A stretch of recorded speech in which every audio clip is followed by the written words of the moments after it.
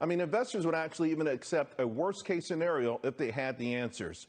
Luckily for us, we have three of the best. Scott Martin, Aaron Gibbs, and Jim Maywater with us. So let's take these issues one by Aaron, I think it's going to be confined to just a portion of Ukraine, just maybe annexing. It's going to be tense, obviously, 190,000 troops built up. But how much of this market then rebounds? I mean, how much of a rebound could we see in a couple of weeks, to Jim's point? Very quickly, very fast. If you look historically, I would actually say that the market is overreacting because it really doesn't have a fundamental impact on over 95% of the economy and certainly all public trading companies. It has very little exposure. So we really need to think about it's more of an emotional toil. This happens almost every time there's an escalation, whether it was Iraq, whether it was North Korea. The market likes to overreact.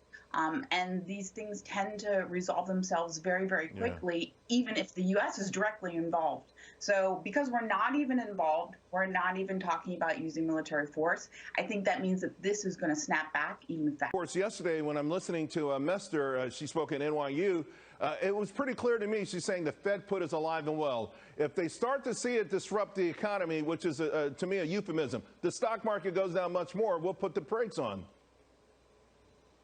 Yeah, I think we're calling for the Fed to make a big action on this March meeting. I think honestly the bigger scare or the bigger fear should be when they're trying to unwind this, how quickly, whether they overdo it.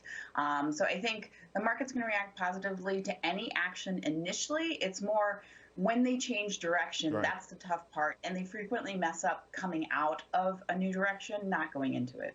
Let's talk about the NASDAQ because it continues to take it on the chin. Technology in the absolute free fall.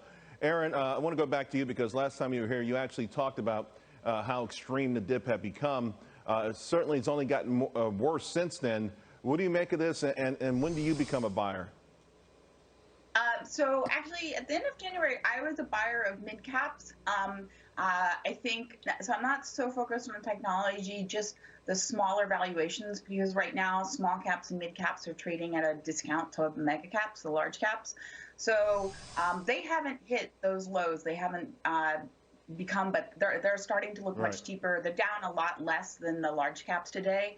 So I actually feel that that's one of your defensive positions is just buying avoiding the mega caps and buying smaller down in your market caps. Word to you. It depends on your risk assessment. I have some clients that are so scared of these types of downturns that will put them in a very short-term floating rate where it's essentially cash plus. So that's an option, but I prefer to roll out the storm. I think it's very hard to get back in time when you're going to get back in on these shorter-term dips. So I'd say that most maybe switch a little more to value to get you through the next 2 weeks. But overall, again, I agree, don't bet against the U.S. economy or the U.S. Public equity markets. They're going to turn around. Absolutely. They've done it for a couple of 100 years. Aaron, Jim, Scott, I couldn't ask for a better panel. Thank you both very much. Thank you, all three of you, very much.